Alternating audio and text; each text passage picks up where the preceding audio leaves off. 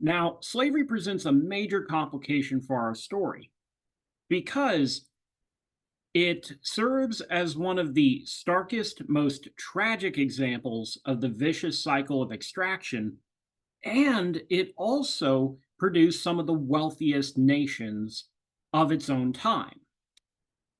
Slavery was fantastic at producing material wealth, at juicing output, and the countries that practiced it tended to be among the richest in the world. Brazil was one of the richest nations on earth. Haiti was one of the richest nations on earth. And the Confederate States, at the moment of its foundation, was the fourth richest nation on earth, the richest non industrialized nation, and it was in the beginning of its industrial revolution. And if you were to compare Mississippi to countries, Mississippi would have been the richest nation overall.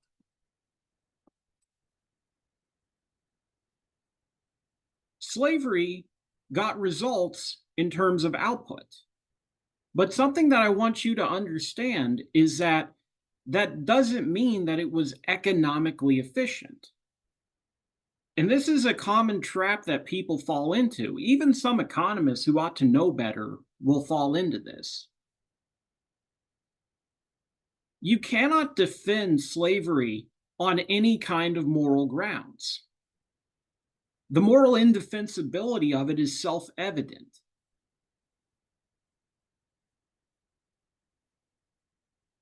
But even on economic grounds, an economist can demonstrate that it's a net loss for society. The problem is that there is more to an economy than just the material wealth that it produces. Leisure has value. People have preferences over the kind of work they do.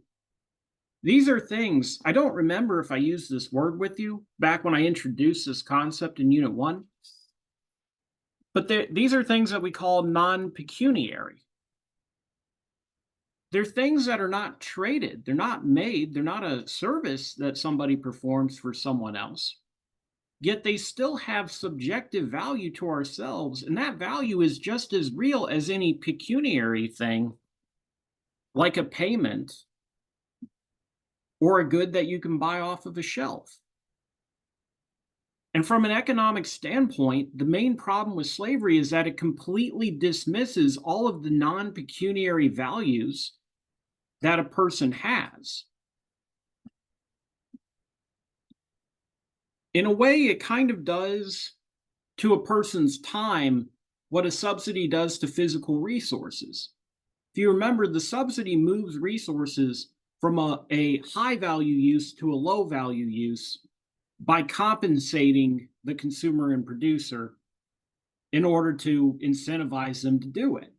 It wastes resources by taking them away from those who would have gotten more use out of them and giving them to people who get less use.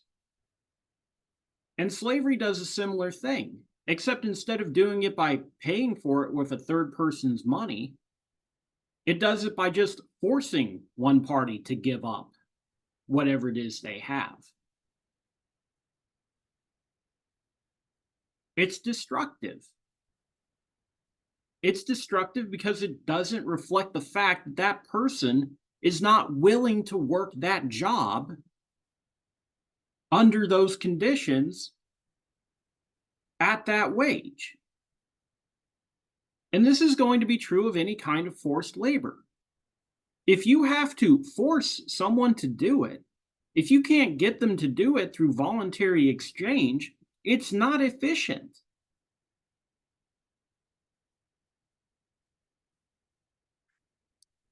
There were two economists named Fogel and Engerman. They wrote a very famous book called Time on the Cross. And in it, they were some of the first people to really study American slavery from a statistical standpoint. We had the data sets in the past, but they weren't organized. We had census data. We had the private logs of plantation owners, but nobody had put it into a single database, and we didn't have computers to run it on. What Fogel and Engerman did was they went over many of the big questions that the historical profession had about slavery, and they ended up painting a picture that was much more nuanced than what anybody else had. A large chunk of the public's understanding of it was frankly driven by abolitionist propaganda. At the same time, there was neo Confederate propaganda that was equally absurd. And Fogel and Engerman demonstrated that slavery was a robust system. It was expanding, not declining at the time of the Civil War. It was efficient at production, and for the most part, the extra production that came from it did not come from Mayday, Mayday, 1, 2, 3. And for the most part, the high profitability of it did not come from not having to pay wages. The living standard of the slave was not that much lower than free workers of the time. It did not come from making them work longer hours. Free people also worked very long work days in that time, but it came from the pace at which they were worked. People were forced to work under the rule of slave drivers who treated them like machinery or treated them like a beast, made them apply 100% of their energy and attention all day long under the threat of physical torture if they didn't perform. And Fogel and Engerman compared that to wages that were paid to free workers, black and white, to work under the same labor regime. And they found that in general, you had to pay them 3 times as much. Or, sorry, I misspoke. You had to pay them 3 times what they would produce. It was very rare that you would find free people working in a system like that because the work was so miserable that nobody would accept it at any wage. And from this, they created a lower estimate of the economic welfare loss of chattel slavery. And it worked out to roughly $3 for every dollar it produced, a net loss of $2. For the year 1850, in today's money, that would be about $2.4 billion. If that sounds low, keep in mind that the economy itself was a lot smaller back then. Well, that's a lower estimate. That doesn't reflect the value of a family being broken up. That doesn't reflect the value of someone having to live every day with the crushing knowledge that they're not in control of their own life. That doesn't include the value of those things that can't be valued in terms of money. Those things that even if economics had the pretension to try, it would never be able to do because it can't read people's hearts. And yet, even then, just on the basis of purely material living standards, just on the basis of how hard a person has to work, they still found that it was a drain.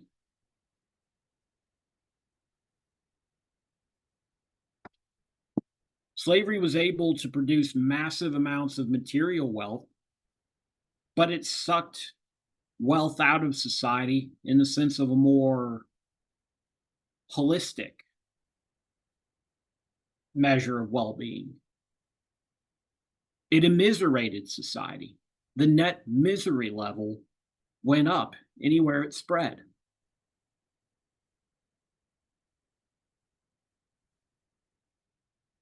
And slavery did have an impact on those countries that practiced it, even to today. Because in those countries that practice slavery the most, they practice the most extensive, naked form of extraction, pure expropriation, pure exploitation. And when those countries would be greeted with emancipation, it tended to leave them in ruins. The system was able to prosper in material terms,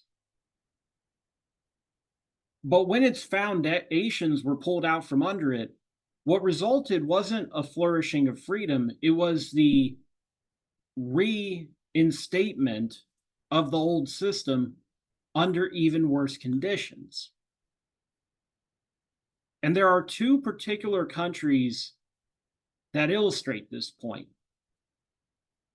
Haiti and Liberia. Now, Haiti was a French sugar colony in the Caribbean. It was well over 90% Black, well over 90% slave, and it was hell on earth, even as it was the richest country in its day. Sugar making was dangerous business. You have a nasty tropical climate where people easily fall ill, things like yellow fever and malaria. And the work itself put people in a great deal of physical peril. People would lose limbs in sugar mills. They would get third-degree burns when boiling sugar would kind of pop at them and splash on them. And their bodies would be slowly worn down by a pace of work that was unsustainable. In the American South, slave owners had an incentive to try to maximize the fertility of their slaves by any means possible. They wanted to grow the population by as much as possible. But in Haiti and in Brazil, the crops that they grew had such a high price, and slaves themselves were so cheap that it was more profitable to work people to death. It made more financial sense to squeeze as much work as you could out of somebody as fast as you could, and then just pay for their replacement out of the profits you had made. This is one of the main reasons why the flow of slaves to the Caribbean and Brazil is so high. That over half of them are going to Brazil, the rest of them are going to the Caribbean, and 10% are going to what becomes the United States.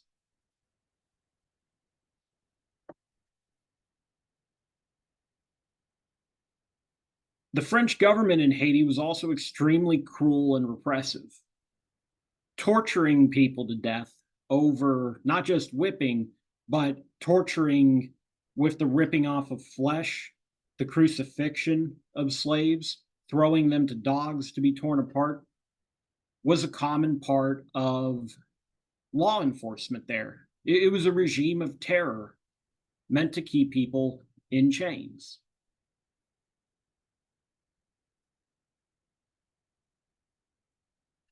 And as a consequence, the country stayed in a state of low-level guerrilla war all the time. In contrast to the United States, where slave revolts were few and far between and always very localized, in Haiti, there was a constant skirmish going on all over the mountains between those who had managed to run away and the authorities. And by the 1790s, this had finally blown open into open war. Because when the French revolutionaries seized control and turned France into a republic, one of their acts was to abolish slavery. The Haitian government effectively ignores that, and then it gets overthrown in a mass revolt by this man, Toussaint Louverture. a fellow who was often referred to as a Black Spartacus.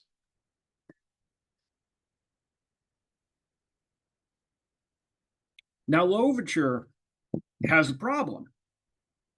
He fights his revolution, he wins, but then he finds that the economy of the country is in shambles. See, Haiti was like one giant plantation. It had only one product that it exported, sugar.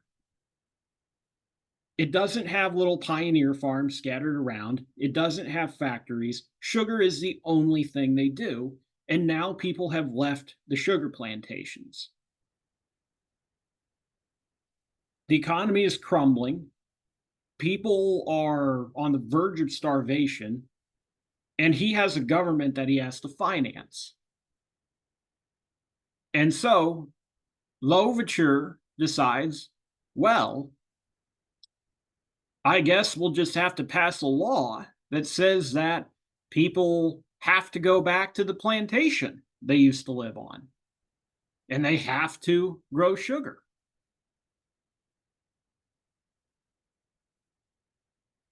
So he institutes this forced labor. But it's not slavery because they've freed themselves from slavery. Then they run into another problem. People don't tend to be productive at jobs that they don't want in the first place. A job that's forced on them, a life that's forced on them, and one where they're not rewarded for doing a better job. So he's rounded up his people. He's put them back onto the plantations, put them back to cutting the sugarcane. But the productivity is too low. He has to fund his government somehow. And so he says, all right, in the interest of the Republic, what we're going to need to do is if you don't produce enough, if you don't meet your quota of sugar, you're going to be punished by the police. You will be whipped if you fail to make enough sugar.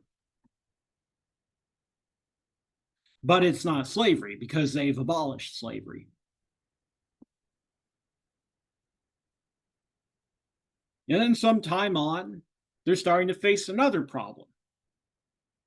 The work kills people. The climate kills people. Their workforce is unsustainable without a constant inflow of new immigrants. But nobody wants to voluntarily immigrate to a place like that, unless it's to be the master. Where did they always get their immigrants from? Well, they bought them from Africa. And so Louverture, he decides, okay, for the good of the Republic and for the good of these slaves in Africa, we're going to buy them so that we can set them free. They'll become new citizens. We'll bring new citizens into the country. And so they buy people, they put them to work on the plantation, and they beat them if they don't produce. And it's not slavery because Louverture said so. And there was another problem. Louverture is trying to create a republic. He's trying to create a government on the model of the United States or of France. But he has a population that's mostly illiterate. He has a population that has no experience of personal autonomy in their personal life, much less of having a say in political life. Bolivar had run into this same problem. In his own life, Bolivar never fully let loose of the reins because he didn't believe that the social structure of Gran Colombia could withstand that. And his government did not outlive him because he didn't trust in his own people. Well, Louverture has a solution.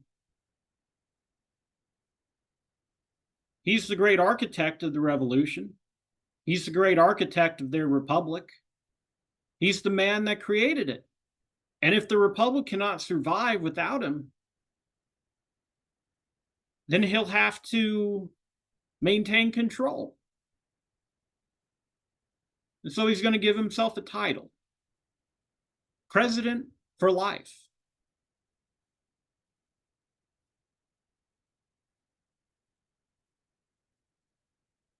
And the Haitian people were finally free.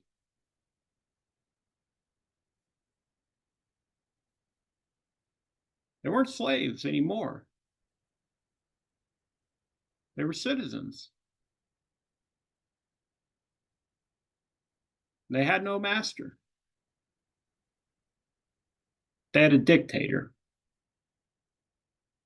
It's become very fashionable in our day for people to demonize Thomas Jefferson and glorify Louverture. Louverture doesn't last real long. The French end up coming back to the island. They invade it. He ends up getting killed. A new guy, Dessalines, Jean-Jacques Dessalines, comes along and makes himself literal king.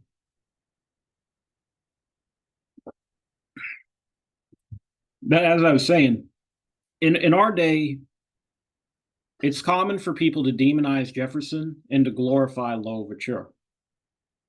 One man is viewed as having been this slave owner who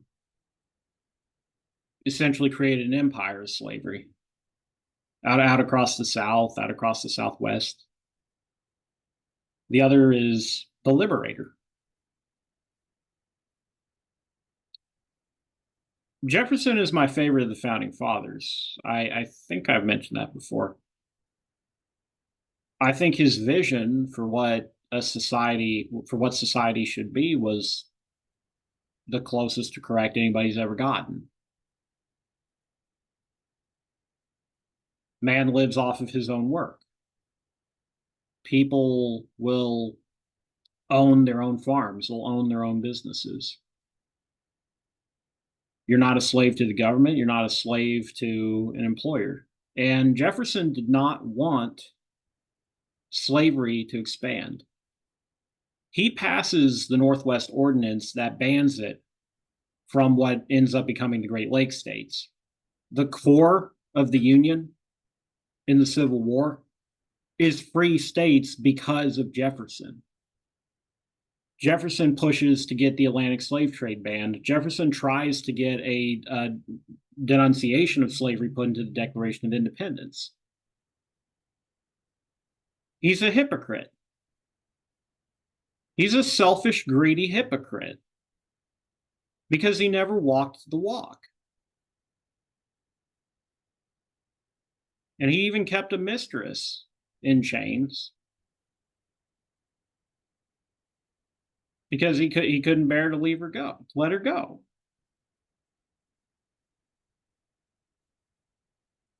But in terms of the impact he had on the world, he did more to end slavery than Louverture ever did.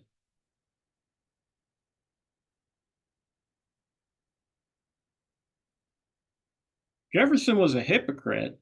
He might have even been a bad man. But he ended up leaving the world in a better state than it was before. In Louverture's Haiti, nothing changed.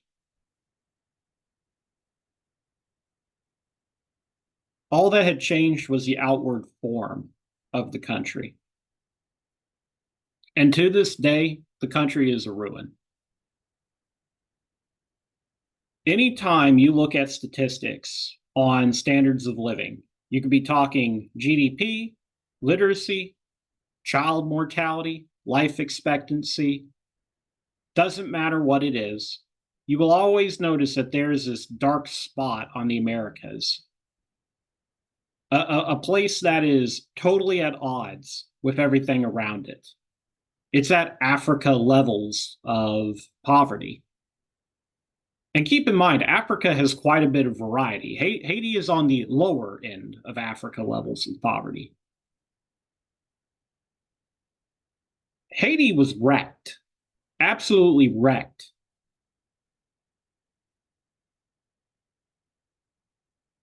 They had been practicing this demonic mixture of capitalism and serfdom. That in a sense, that's what chattel slavery was.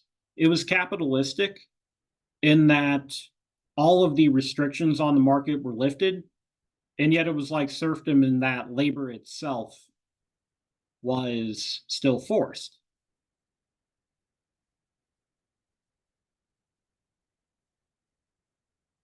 A form of capitalism in which the individual is property.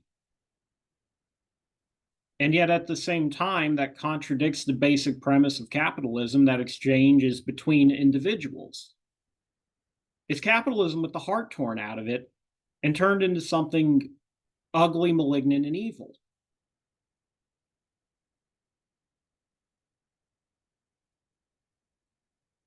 When the liberator swept through, he didn't undo it, he nationalized it. He made himself the master of the country. And in doing so, multiplied the evils that that system created. That little photo in the bottom corner, that's the border between Haiti and the Dominican Republic. There's no interesting story about how, like, some weird rain shadow causes that. That's deforestation. The Dominican Republic is also a poor nation, a poor, typical Latin American banana republic, but it ain't Haiti.